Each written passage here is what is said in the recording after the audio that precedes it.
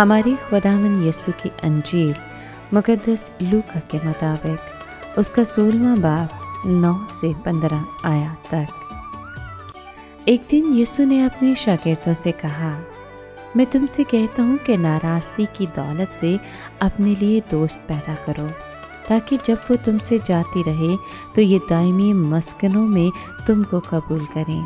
जो थोड़े से थोड़े में दयानतदार है वो बहुत में भी दयानतदार है, और जो थोड़े में बददयानत है वो बहुत में भी बददयानत है।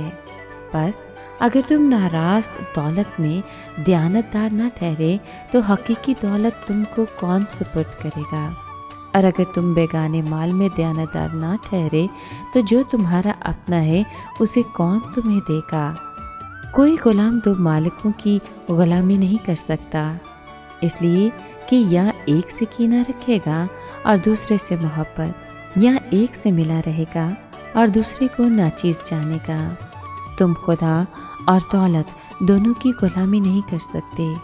तब जरदोस्त मालदार फरीसी इन सब बातों को सुनते ही नाक चढ़ाकर उसे ठट्ठे में उड़ाने लगे। मगर यीशु ने उनसे कहा कि तुम वो हो जो आदमियों के सामने अपने आप को रास्तबाज जाहिर करते हो, लेकिन खुदा तुम्हारे दिलों को जानता है, क्योंकि जो चीज़ आदमियों के नज़दीक आला है वो खुदा की निगाह में मकरूह है।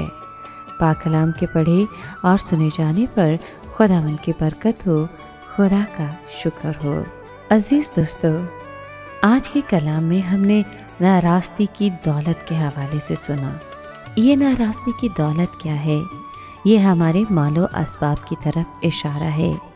इसे नाराज़ इसलिए कहा गया है क्योंकि मालो असबाब इंसान के कब्जे में होता है जो ऐब करता है। इसके अलावा दौलत जमा करने की कोशिश में इंसान कभी कभार नाराज़गी की राह इख्तियार कर लेता है। जब हम अपने मालो असबाब को दनाई से इस्तेमाल करते हैं तो हम अपने आप को एक दयानतदार शख्स साबित करते हैं। हमेशा अपने मालो असबाब को अपने लिए इस्तेमाल करने के बजाय हमें इसे खुदा की खिदमत में और दूसरों के लिए भी इस्तेमाल करना चाहिए। इस तरह दयानतदारी जाहिर करने से हम खुदा और यीशु मसीह के दोस्त बन जाते हैं। फिर खुदा और मसीह यीशु हमें हमेशा के मस्कीनों में जगह देंगे, यानी वो हमें आसमान पर या ज़मीनी फिरदौस पर हमेशा की ज़िंदगी अता करेंगे। जब हमें इत्तफाकन किसी की कोई खोई हुई चीज़ मिल जाती है तो हमारा रद्द अमल क्या होता है? हमारी कोशिश होती है कि हम उस चीज़ को अपने मालिक को वापस कर दें। जब हम उस शख्स को बताते हैं कि हम उसकी खोई हुई चीज़ इसलिए वापस कर रहे हैं क्योंकि हम खुदा के मेयारों के मुताबिक चलना चाहते हैं, तो खुदा की बड़ाई होती है।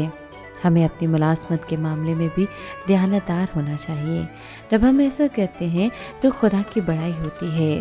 सामईन, खुदा के कलाम में सच्चे मसीहियों के बारे में कहा जाता है कि वो अच्छे मुख्तार की तरह एक दूसरे की खिदमत में सर्फ होते हैं।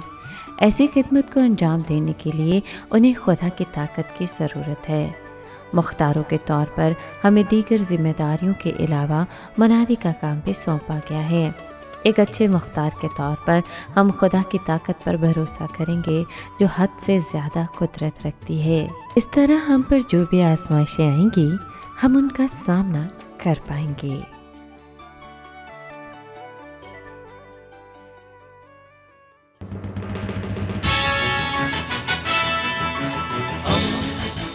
दोस्ती का पैगंबर, रेडियो वेरितास एशिया।